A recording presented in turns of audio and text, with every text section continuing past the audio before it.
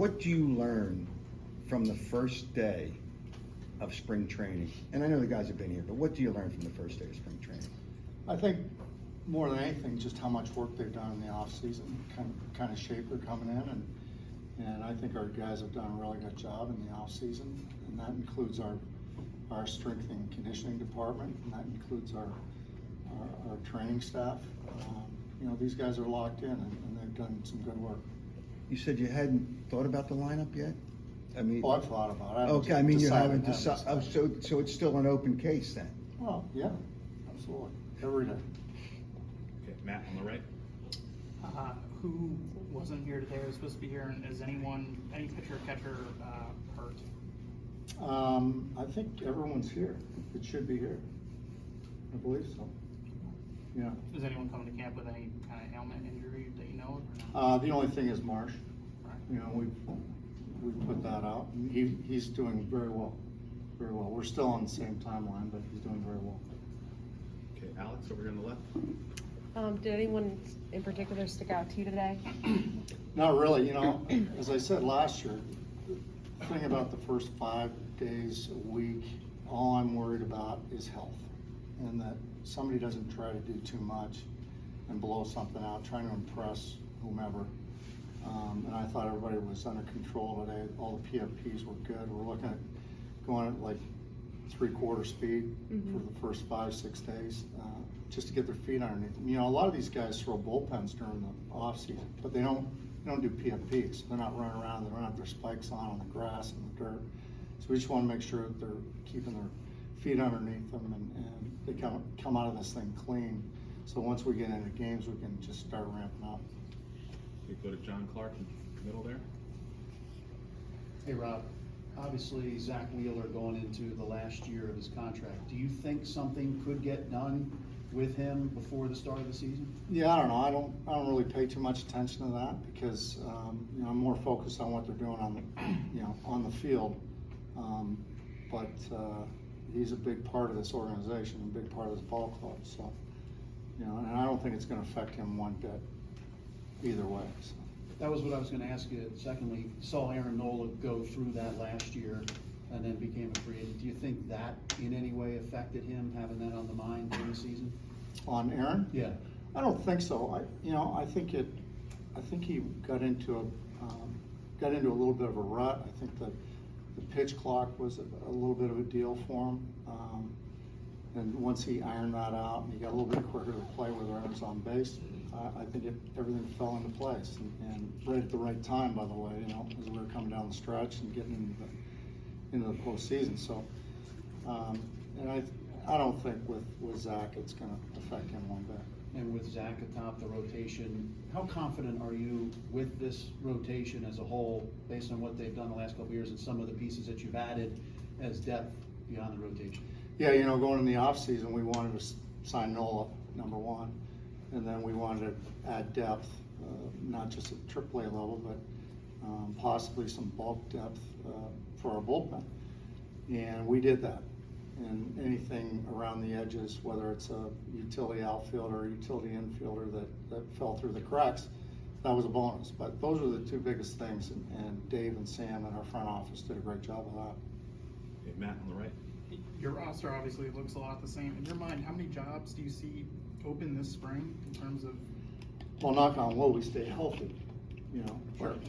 But there's a couple bullpen jobs, and then you know, we'll see what happens coming down the pike here. If we sign an outfielder or whatever, then you know, there might be one job in the outfield, but there's not much, and that's a good problem to have.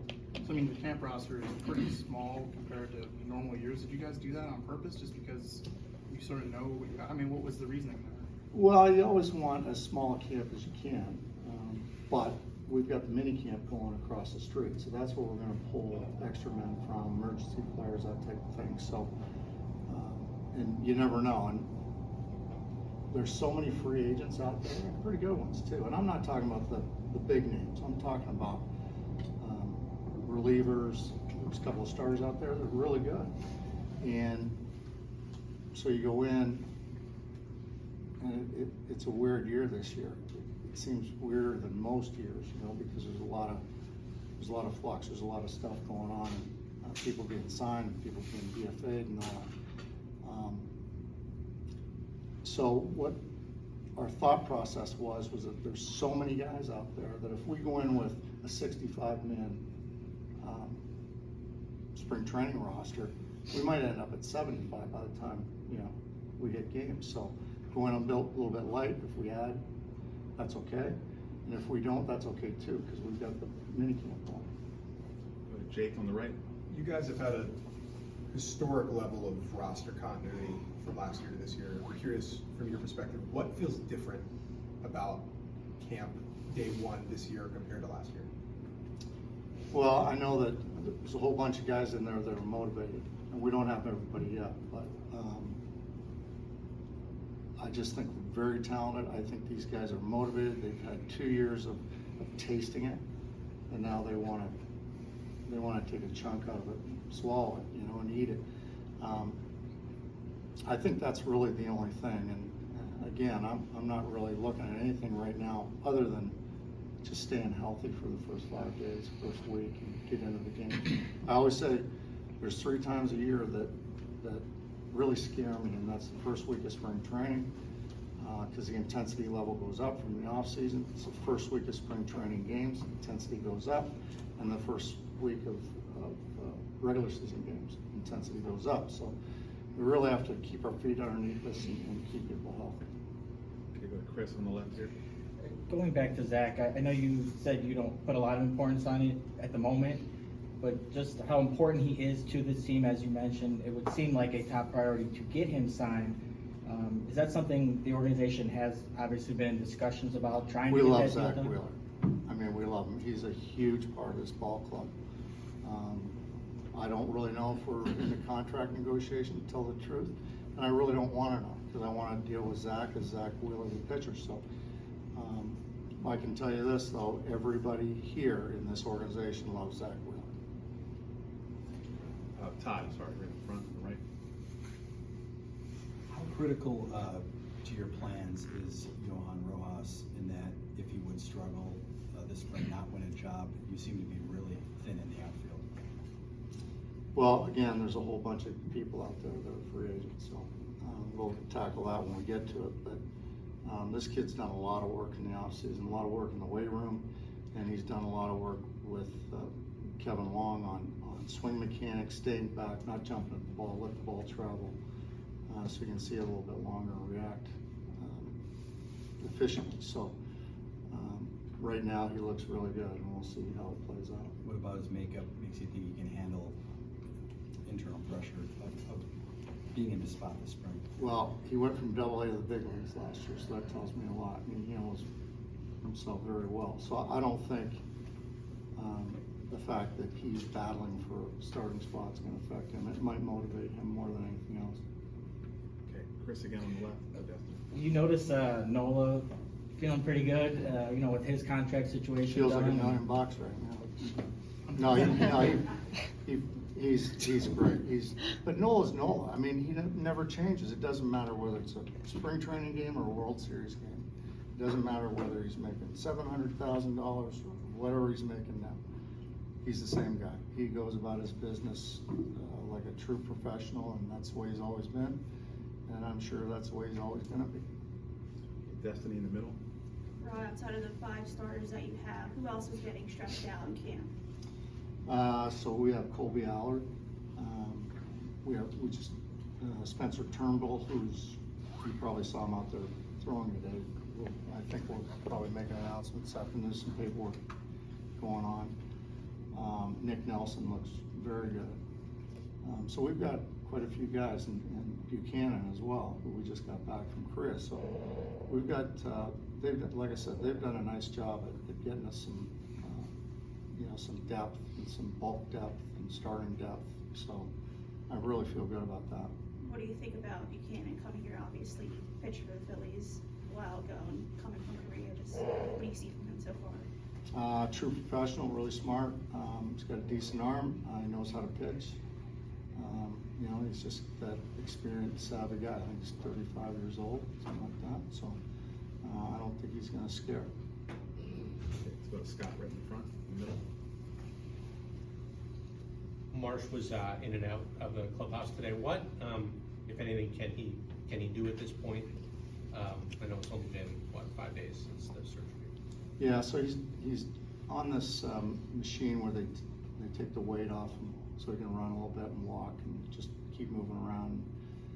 And that's where we're at right now, but we're still on the same timeline. He's gonna be game ready in 3 or 4 weeks. I'm really confident in that, because the little cleanup went really well and he feels good. And he was walking almost immediately after the cleanup, so I feel good about it. You said that he'll play every day if he hits lefties. Is he at the kind of the point in his career where he needs to get kind of a run of playing time against lefties? I mean, where do you sort of sit in terms of trying to figure out, whether he's an everyday guy or a platoon guy? Yeah, I think we'll give him ample opportunity to see whether he can do it, and I truly believe that he's going to be able to do it. So, once we get him some reps against lefties, I think it'll happen, and then we'll just keep running him out. John? Pass that down to John. A few years ago, you guys added some big free agents and everybody kind of just came together, even sometimes late in spring training. What does it do? What is the benefit of these guys, basically the same group, coming together back for a 3rd straight season? It's just consistency. I mean, having Trey Turner with Bryson Stott for a full spring training, Trey went to the WBC last year, so there's that continuity that you're trying to reach, and consistency of having the same roster basically is so good for us, because our makeup and our what goes on in that clubhouse is really special. It's the best I've been around, and so you want to keep that. But they're very talented, and they grind and they fight, and it's almost like sometimes like a college team. The energy that they bring, and the way they grind, the way they fight for each other. It's really a special group. Anything further? Destiny in the back, right behind you, Scott. Do you anticipate Marsh eventually getting into games in spring? Oh yeah, he'll be ready for opening day. Yeah, he's 2 or 3 weeks out, or 3 or 4 weeks out from games, and we'll keep running him out there, and he'll be ready. Okay, Chris again on the left. How did you think Zach threw today? It was fine, just room service. He's just, just getting up on the mound and doing his thing and throwing the ball where he wanted to, and it looked good. It looked effortless. Ranger Suarez was really good too.